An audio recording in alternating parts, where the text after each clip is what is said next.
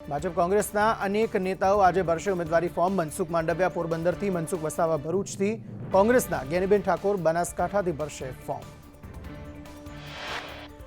મનસુખ વસાવા શક્તિ પ્રદર્શન સાથે ભરૂચમાં ભરશે ફોર્મ. મનસુખ વસાવા પરિવાર સાથે ઘરે પૂજા પાઠ કરી રહ્યા હતા. સતત 7મી વખત ઉમેદવારી ફોર્મ ભરશે વસાવા. પંચમહાલથી ભાજપના ઉમેદવાર રાજપાલસિંહ જાદવ ભરશે ઉમેદવારી ફોર્મ. ફોર્મ ભરતા પહેલા પરિવાર સાથે તેમણે કરી પૂજા અર્ચના. રાજપાલસિંહ જાદવે સાધુ સંતોના લીધા આશીર્વાદ.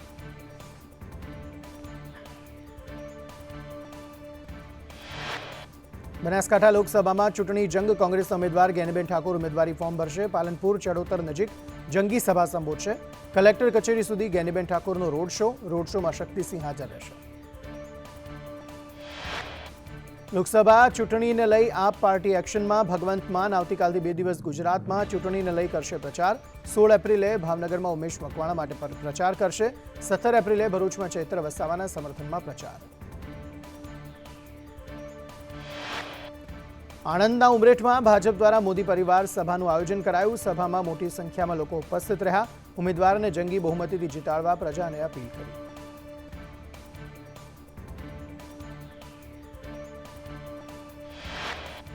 વિજાપુર વિધાનસભા બેઠક પર ચૂંટણીને લઈ રાજકીય ગરમાવો. સીજે ચાવડા માટે પક્ષ પલટો. પાટીદાર ફેક્ટર અને ક્ષત્રિય સમાજનો વિરોધ નબળા પાસા છે.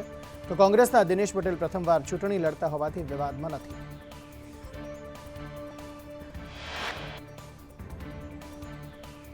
સાંજે 5:30 કલાકે પીએમ મોદીનો એક્સક્લુઝિવ ઇન્ટરવ્યૂ. સંદેશ ન્યૂઝ પર જુઓ પીએમ મોદીનો ખાસ ઇન્ટરવ્યૂ. ચૂંટણી પહેલા પીએમ મોદી સાથે ખાસ વાતચીત. ભાજપના મેનિફેસ્ટોથી લઈ અનેક મુદ્દાઓ પર ચર્ચા.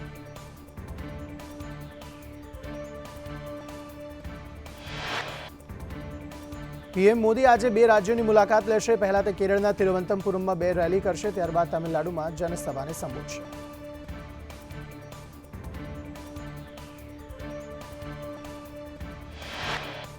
મોદી કી ગેરંટી. દિલ્હી ભાજપ કાર્યાલયમાં પીએમની હાજરીમાં ચૂંટણી ઢંઢેરો જારી કરાયો. યુસીસી અને 3 કરોડ ઘરનું વચન.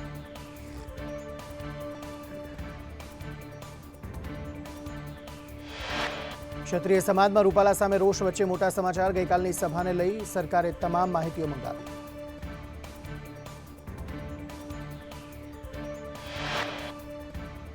રાજ્ય અને અન્ય રાજ્યોના કેટલાક આગેવાનો સંમેલનમાં થયા હતા સામેલ. કયા કયા રાજવીઓ સંમેલનમાં હતા તે માહિતી સરકારે મંગાવી. સંમેલન પર ગુજરાતના ટોચના અધિકારીઓની ચાંપતી નજર.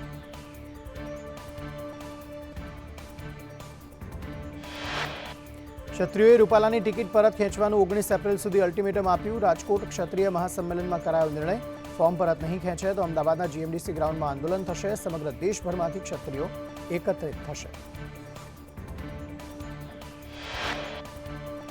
સુરતમાં ઝાડા ઉલટી બાદ ટ્રાફિક જવાનનું મોત. દિંડોલીમાં ટ્રાફિક જવાન પ્રશાંત પાટીલને 2 દિવસથી ઝાડા ઉલટી થયા હતા. સારવાર દરમિયાન પોલીસકર્મીનું મોત.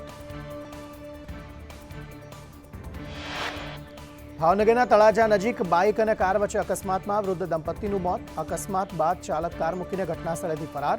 બાઇક લઈને મંદિરે દર્શન કરવા જતા દંપતીનો અકસ્માત. વડોદરાના નહેરુ ભવન વિસ્તારમાં ચાલુ કાર પર આસોપાલવનું વૃક્ષ પડ્યું. કારમાં સવાર 5 લોકોને સ્થાનિકોએ બહાર કાઢ્યા.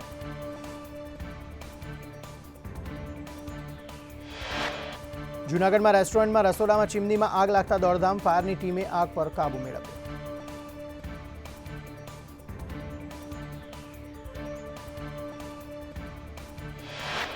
ભરૂચની વિલાયત જીઆઈડીસીમાં કામદારનો આપઘાત. અધિકારીના ટોર્ચરથી યુવકે આપઘાત કર્યાનો આક્ષેપ. કંપનીમાં કેન્ટીનની પાછળના ભાગે ગળે ફાંસો ખાધો. યુવકે 3 પાનાની સુસાઇડ નોટ લખી ટૂંકાવ્યું જીવન.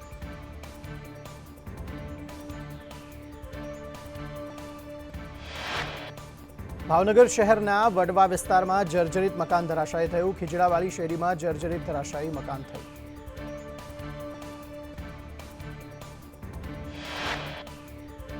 વડોદરાના ટ્યુશન ક્લાસમાંથી પ્રવાસે જતા વિદ્યાર્થીઓનો અકસ્માત. Bhavnagar Mahuva national highway truck અને ખાનગી બસ વચ્ચે અકસ્માત સર્જાયો. અકસ્માતમાં વિદ્યાર્થીઓ સહિત 15 લોકોને ઈજા પહોંચી.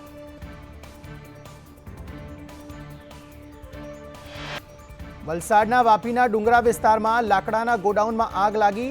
આગમાં લાકડાનો જથ્થો બળીને ખાખ. ફાયરની ટીમે આગ પર કાબુ મેળવવા પ્રયાસો હાથ ધર્યા. વલસાડના ચણોદ ગામે ટાંકીનો સ્લેબ ધરાશાયી થયો. સ્લેબ પડતા લોકોમાં દોડધામ મચી. પાણીની ટાંકી જર્જરિત સ્લેબ જે હતો તે ટાંકીમાં પડ્યો. ટાંકીમાં પડી જતા પીવાના પાણીની તંગી સર્જાશે.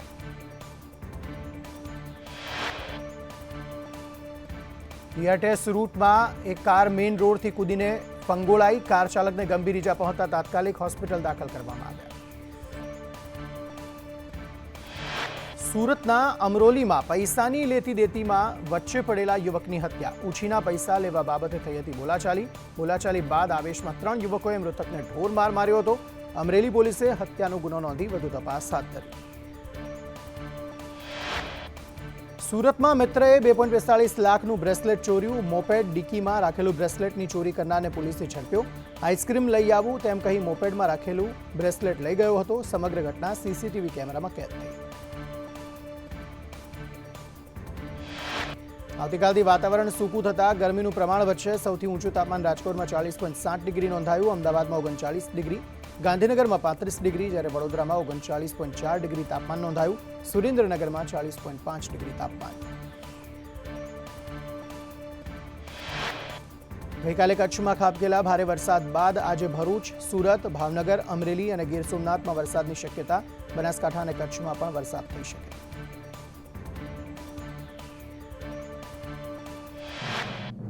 રાજ્યમાં ગરમી સાથે કમોસમી વરસાદની આગાહી. સાયક્લોનિક સર્ક્યુલેશન સક્રિય થતા આગાહી. દક્ષિણ અને ઉત્તર ગુજરાતમાં વરસાદની આગાહી.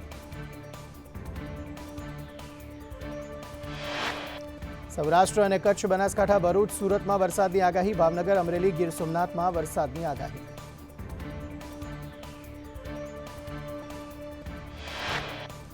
રાજ્યમાં ચૈત્રમાં જામ્યો અષાઢી માહોલ. કચ્છમાં એક દિવસમાં 3 ઇંચ વરસાદ. કચ્છના રાપરમાં ભર ઉનાળે ચોમાસા જેવો માહોલ જોવા મળ્યો.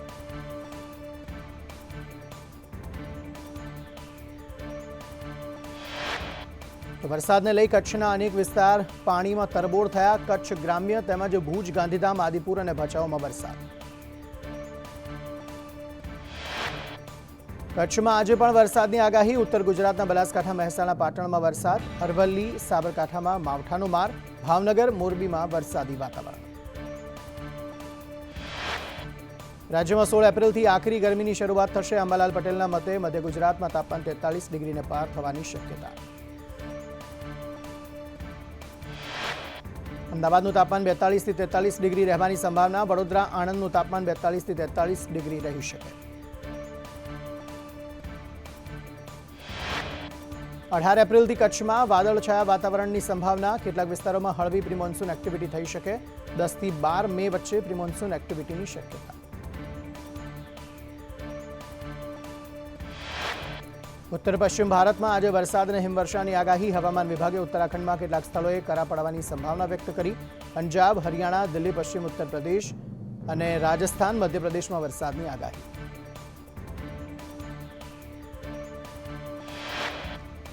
સલમાન ખાનના ઘરની બહાર ફાયરિંગ કરનારની ઓળખ થઈ. શૂટર વિશાલ રાહુલ ઉર્ફે કાલુએ કર્યું હતું ફાયરિંગ.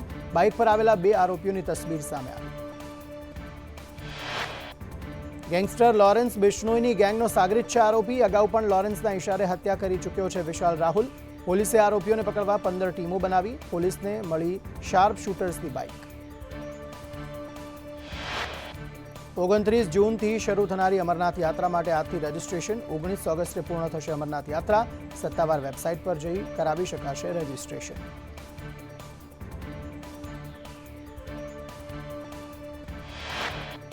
ઈડીએ કરેલી ધરપકડ સામે દિલ્હીના સીએમ અરવિંદ કેજરીવાલે કરેલી અરજી પર સુપ્રીમ કોર્ટમાં આજે સુનાવણી. હાઈકોર્ટે રાહતની ના પાડતા કેજરીવાલે સુપ્રીમમાં કરી છે અરજી.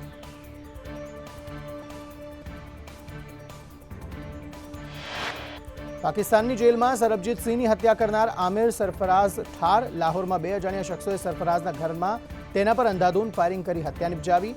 અંડરવર્લ્ડ ડોન તરીકે કુખ્યાત હતો આમિર સરફરાઝ. સરબજીત સિંહની હત્યામાં સરફરાઝ ઉર્ફે તંબા મુખ્ય આરોપી હતો. ડિસેમ્બર 2018માં લાહોરની કોર્ટે સરફરાઝને મુક્ત કર્યો હતો. પાકિસ્તાનની કોર્ટ લખપત જેલમાં 2013માં સરબજીત સિંહની કરાઈ હતી હત્યા. આઈપીએલમાં ચેન્નઈ સુપર કિંગ્સ સામે મુંબઈ ઇન્ડિયન્સનો કારમો પરાજય. રોહિત શર્માની સેન્ચુરી એળે ગઈ. પથેરાનાએ 4 વિકેટ ઝડપીને મેચ પલટી.